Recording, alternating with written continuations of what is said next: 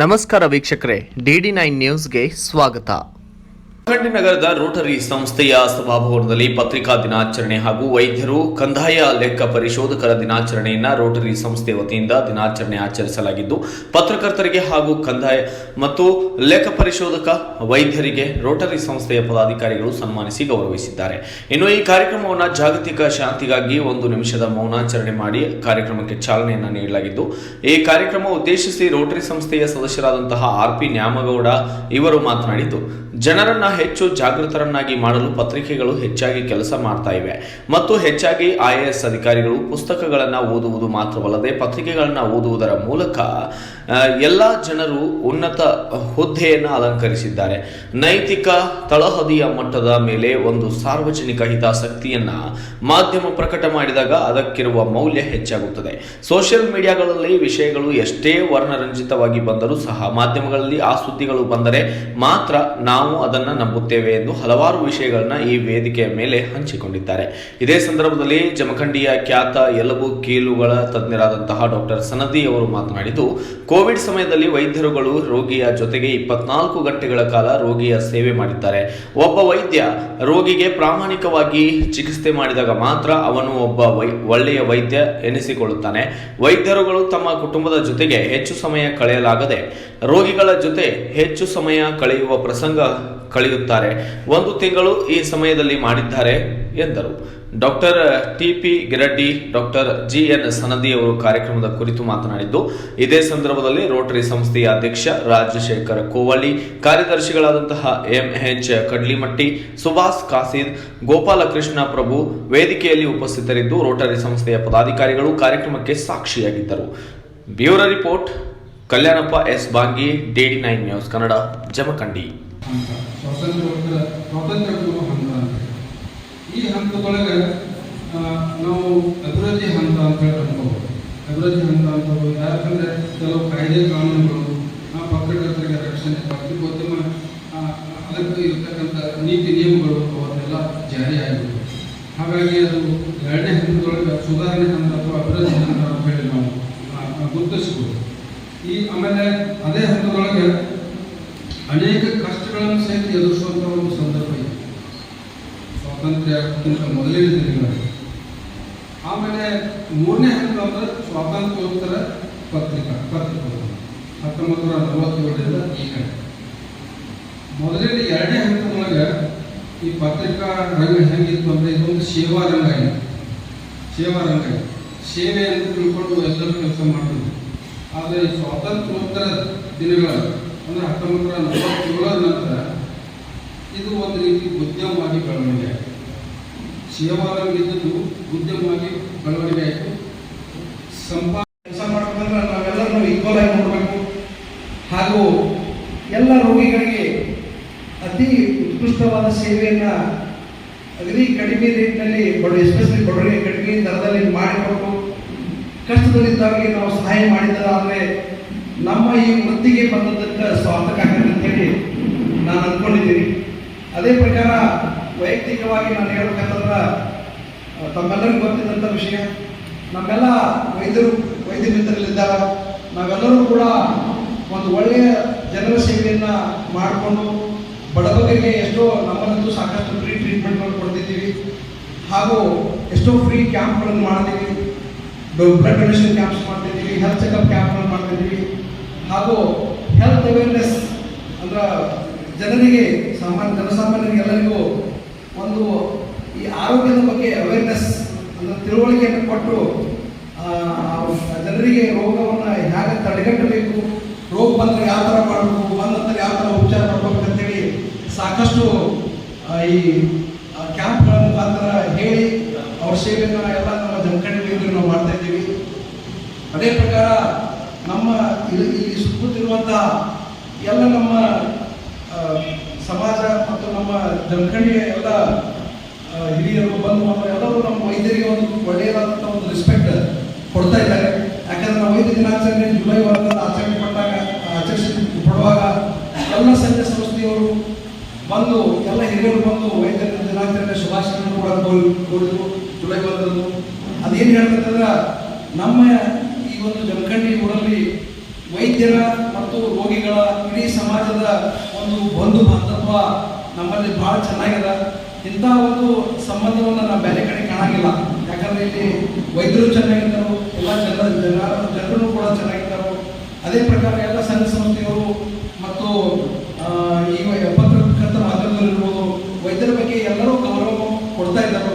ಇದೊಂದು ತುಂಬ ಹೆಮ್ಮೆಯ ವಿಷಯ.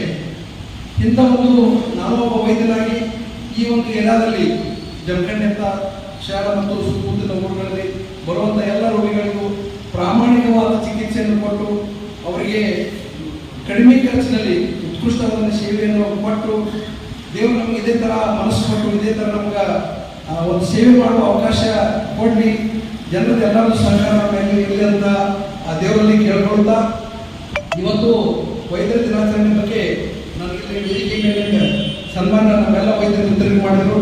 ಎಲ್ಲ ವೈದ್ಯರ ಪರವಾಗಿ ನಮ್ಮ ಎಲ್ಲ ರೋಟರಿ ಅಧ್ಯಕ್ಷರಿಗೆ, ಅತಿಥಿಯವರಿಗೆ, ಎಲ್ಲ ರೋಟರಿ ಪರಿವಾರದವರಿಗೆ ಧನ್ಯವಾದಗಳನ್ನು ತಿಳಿಸುತ್ತೇನೆ. ಇದು 1991ರಿಂದ ವೆಸ್ಟ್ ಬೆಂಗಾಲ್ನಿಂದ ಈ ಒಂದು ವೈದ್ಯ ದಿನಾಚರಣೆ, ರಾಷ್ಟ್ರೀಯ ವೈದ್ಯ ದಿನಾಚರಣೆ ಮಾಡಬೇಕಂತ ನಿಶ್ಚಯ ಮಾಡಿ ಇಡೀ ಭಾರತ ದೇಶದಾದ್ಯಂತ ಜುಲೈ 1ರಂದು ಈ ದಿನವನ್ನು ಆಚರಣೆ ಮಾಡ್ತಾ ಇದ್ದಾರೆ.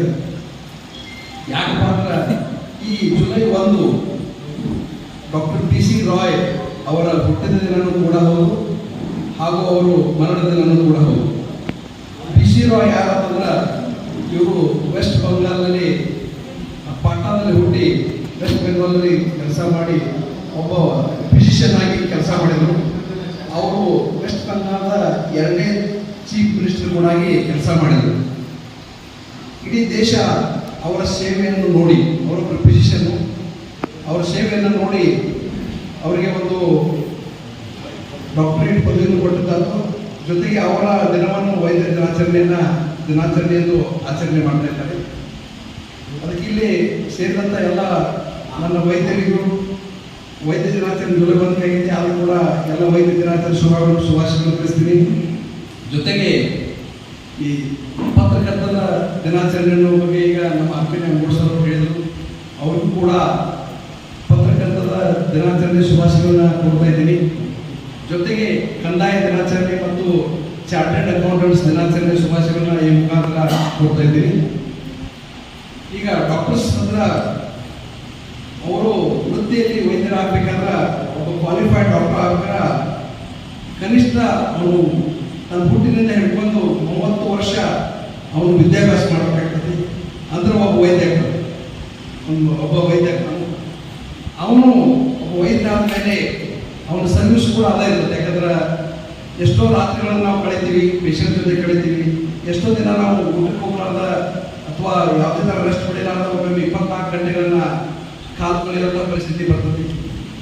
ಹಾಗೂ ಸಾಂಕ್ರಾಮಿಕ ರೋಗ ಕೋವಿಡ್-19 ಸಿಚುವೇಶನ್ದಾಗ ತಾವೆಲ್ಲ ನೋಡಿದಂಥ ಸಿನಾರಿಯೋ ಇಲ್ಲಿ ನನ್ನ ಕಡೆ ಮುಂದೆ ಬರ್ತದೆ. ಎಲ್ಲರೂ ಮನೆಯೊಳಗೆ ಇದ್ರೂ ಕೂಡ ಡಾಕ್ಟರ್ಸ್ ಎಲ್ಲ ದವಾಖಾನೆಗಿಂದ ಕೆಲಸ ಮಾಡ್ತಾ ಇದ್ವಿ. ಅಂದ್ರೆ ಯಾವುದೇ ಥರ ಹೆಲ್ತ್ಗೆ ಸಂಬಂಧಪಟ್ಟಂಥ ರಿಸ್ಕ್ಗಳು ಬಂದರೂ ಕೂಡ ಡಾಕ್ಟರ್ಸ್ ತುದಿಗಾಲ ಬಂದಿತ್ತು ಎಲ್ಲರ ಸೇವೆಯನ್ನು ಮಾಡಬೇಕಾಗ್ತದೆ. ಹಾಗೂ ಅವರು ತಮ್ಮದು ಯಾವುದೇ ಫ್ಯಾಮಿಲಿ ಫಂಕ್ಷನ್ ಇರ್ಬೋದು, ಫ್ಯಾಮಿಲಿ ಸಲುವಾಗಿ ಟೈಮ್ ಕೊಡೋದು ಕೂಡ ಕಡಿಮೆ ಅಂತ ಹೇಳಿ ಹೇಳ್ತಾ ಇದ್ದಾರೆ. ಯಾಕಂದ್ರೆ ಅವರವರ ಡಾಕ್ಟರ್ಸ್ ಸೇವೆ ಭಾಳ ತುಂಬ ಮುಖ್ಯವಾದಂಥದ್ದು, ನಮ್ಮೆಲ್ಲರಿಗೆ ಬೇಕಾದಂಥದ್ದು. ಈ ಎಲ್ಲ ಸಂದರ್ಭಗಳನ್ನು ವೈದ್ಯರು ಯಾವುದೇ ಪರ್ಸನಲ್ ತಮ್ಮದೇ ಆದಂಥ ಒಂದು ಟೈಮ್ ಕಳೆಯಲಾರ್ದ ಎಲ್ಲರ ಜನರ ಸೇವೆಯಲ್ಲಿ ಮಾಡುವವನೇ ಒಳ್ಳೆಯ ವೈದ್ಯ ಅಂತೇಳಿ ನಾನು ಈ ಮುಖಾಂತರ ಹೇಳ್ತೀನಿ. ಇಂಥ ವೈದ್ಯರಿಗೆ ಒಂದು ಈ ದಿನವನ್ನು ಇಡೀ ರಾಷ್ಟ್ರದಿಂದ ಆಚರಣೆ ಮಾಡ್ತಾ ಇದ್ದಾರೆ. ಇದೇನೇ ಎಲ್ಲರಿಗೂ ಈ ವೈದ್ಯರ ಬಗ್ಗೆ, ವೈದ್ಯರ ಕಷ್ಟಗಳ ಬಗ್ಗೆ ಅರಿವು ಆಗಬೇಕು. ಜೊತೆಗೆ ವೈದ್ಯರು ನಮ್ಮ ಎಲ್ಲರೂ ವೈದ್ಯ ದಿನಾಚರಣೆ ಮಾಡೋದ್ರಿಂದ ನಾವು ಮತ್ತಷ್ಟು ಅಲರ್ಟ್ ಆಗಿ ಇನ್ನೂ ಹೆಚ್ಚಿನ ಸೇವೆಯಲ್ಲಿ ನಾವು ನಮ್ಮನ್ನು ತೊಡಗಿಸಿಕೊಳ್ಬೇಕು. ಹೆಚ್ಚಿನ ಸೇವೆಯನ್ನು ನಾವು ರೋಗಿಗಳಿಗೆ ಕೊಡಬೇಕಂತೇಳಿ ಒಂದು ಅವೇರ್ನೆಸ್ ಅಂದರೆ ಒಂದು ದಿನ ನೆನಪಿಸಿಕೊಟ್ಟಂಥ ಒಂದು ದಿನ. ಈ ದಿಶೆಯಲ್ಲಿ ನಮಗೆ ಸಿಗುವಂಥ ರೋಗಿಗಳು ಅಂದರೆ ಪೇಷಂಟ್ಗಳು ಎಲ್ಲ ಥರದವ್ರು ಇರ್ತಾರೆ. ಬಡವರು ಇರ್ತಾರೆ, ಶ್ರೀಮಂತರು ಇರ್ತಾರೆ, ಭಿಕ್ಷುಕರು ಇರ್ತಾರೆ. ನಾವು ಯಾವುದೇ ತರಹದ ಯಾರು ಹೆಚ್ಚು ಕಡಿಮೆ ಅಲ್ಲಾರ್ದ ಆ ಒಂದು ಪರ್ಟಿಕ್ಯುಲರ್ ರೋಗಿಗೆ ಏನು ಬೇಕು ಅಂತ ಜಗತ್ತೈತಿ ಆ ಒಂದು ಇದು ಎಂಥ ಒಂದು ಭೀಕರ ಒಂದು ಕ್ಷಾಮ ಅಥವಾ ಭೀಕರ ಒಂದು ಬರಗಾಲ ಸ್ಥಿತಿ ಅಂಥೇಳಿ ತಗೊಂಡು ಹೋಗಿ ಮುದ್ರಣ ಆಗ್ತೈತಿ. ಮುದ್ರಣ ಆದ ಕೂಡಲೇ 94 ಪ್ರತಿಷ್ಠಿತ ಪುಲಿಟ್ಜರ್ ಅವಾರ್ಡ್ ಬರ್ತೈತಿ. ಇಡೀ ಜಗತ್ತಿನ ತುಂಬ ಪ್ರಚಾರ ಪಡಿತೈತಿ. ಆ ಪತ್ರಿಕೆಗೆ ಸಾಕಷ್ಟು ತೆರೆಗಳು ಬರಲಿಕ್ಕೆ ಸ್ಟಾರ್ಟ್ ಆಗ್ತವೆ. ಆ ಮಗು ಗಂಜಿ ಕೇಂದ್ರಕ್ಕೆ ಹೋಯ್ತ, ಅದನ್ನ ಅಲ್ಲಿ ಸೇರಿಸಿದ್ರ, ರಣ ಹತ್ತು ಇಲ್ಲ ಆ ಮಗುವಿನ ತಿಂದಿದ್ದ. ಜಗತ್ತಿನಾದ್ಯಂತ ಪುಲಿಟ್ಜರ್ ಅವಾರ್ಡ್ ಬಂದ ಕೂಡ ಈ ಪ್ರಶ್ನೆ ಹೇಳ್ತೈತಿ ಕೆವಿನ್ ಕಾರ್ಟರ್ಗೆ, ಅಲ್ಲಿ ಯಾರೋ ಇದ್ದಾರೆ ಮಾಡ್ತಾರಂತನೂ ಅನಿಸಿರ್ತೈತಿ, ಅಥವಾ ಇದನ್ನ ಇಮಿಡಿಯೇಟ್ ಆಗಿ ಮುದ್ರಿಸ್ಬೇಕಂತನೂ ಅನಿಸಿರ್ತೈತಿ.